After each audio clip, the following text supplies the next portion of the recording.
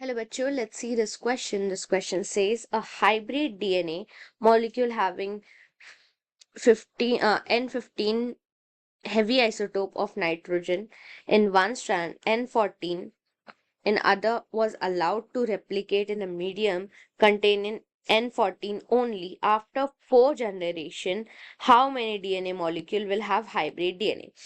एक ऐसा कहा गया है कि एक हाइब्रिड डीएनए है जिसके अंदर एक N15 का आइसोटोप है और दूसरा स्टैंड N14 का है।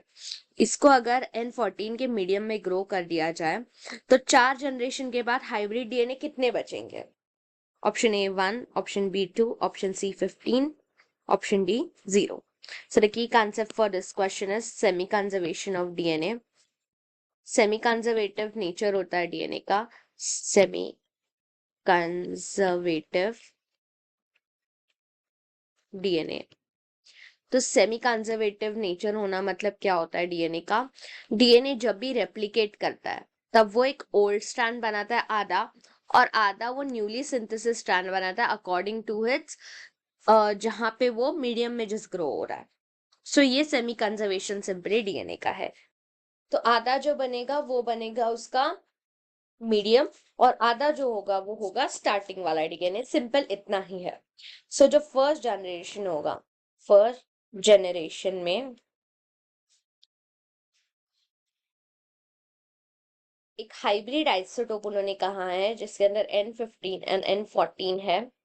ये एक हाइब्रिड है। सो इसको मीडियम में रखा गया N14 के। इसका मीडियम था N14। अभी N14 मीडियम कॉमन रहेगा, वो सिर्फ N14 का है। सो इसके अंदर रेप्लिकेशन होने के बाद हमें दो चीजें देखने मिलेगी। फर्स्ट होगा N15 का आइसोटोप, N15 और N14 जो पेरेंट है, पेरेंट का पूरा जेन्यूनली वही आएगा, और दूसरा आएगा एक N14 का। ऐसे दो बनेंगे सिंपली स्टार्टिंग में। सेकेंड जनरेशन में यही वाले 15N और N14 को ऐड करेंगे, N14 इसके साथ। सो सेकेंड जनरेशन में मतलब ये हाइब्रिड वाला होगा एक, और ये वाले ये होगा। सो इसके अंदर क्या बनेगा? हाफ अगेन जो होगा, अभी यहाँ पे 4 सेल बनेंगे, तो सिंपली कैसे लेना है कि 4 सेल का हाफ होता है 4 सेल का हाफ होता है 2। हाँ, 4 का हाफ होता है 2। सो इसके अंदर क्या बनेंगे? तो 2 14N बनेंगे जो उसका मीडियम है। तो यहाँ लिख के लेना है समझने के लिए, 2 बनेंगे। ओके। और यहाँ पे और क्या बनेंगे? तो पूरे पेरेंट से रिसिम्बल एक ये बनेगा, एक ये बनेगा, पेरेंट से रिसिम्बल एक सेम बनेगा। सो एक hybrid plus N14 same parent से रिसिम्बल बनेंगे। थर्ड जनरेशन में अगेन हाइब्रिड यही वाला आएगा, पूरा सेट सेम आएगा। तो थर्ड जनरेशन में तो ये सारी चीजें आ जाएंगे। N14 2 है यहाँ पे, ऑलरेडी N14 1 है, तो 3 N14 पकड़ लेंगे हम। सो यर हाइब्रिड प्लस 3 14। सो 3 N14 हो गए यहाँ पर। सो यहाँ पर टोटल सेल कितने बनेंगे? तो 8 सेल बनेंगे। यहाँ 8 सेल बनने के लिए वापस से मीडियम N14 है, तो यहाँ पे 4 सेल तो N14 के ही बन जाएंगे। उसके बाद ये वाला पूरा स्ट्रक्चर अगेन रिपीट होगा।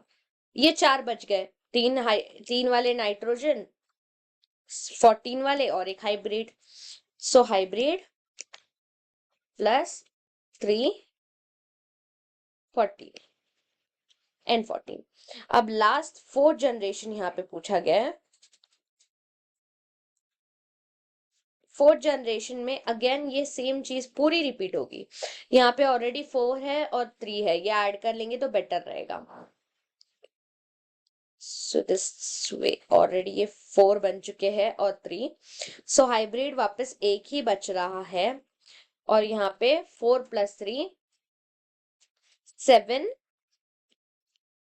N14 बन रहे हैं। अभी यहाँ पे अगेन टोटल 16 बनेंगे, सो 16 का हाफ होता है 8, 8 सेल तो इसके अंदर वापस मीडियम के हिसाब से N14 के बन जाएंगे। और उसके बाद बचेगा एक हाइब्रिड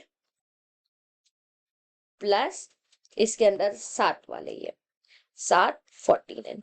सो इस तरीके से सिंपली क्या करना है कि ये जो यहाँ पे जो दिया गया है वो सेम यहाँ पे रिपीट करना है।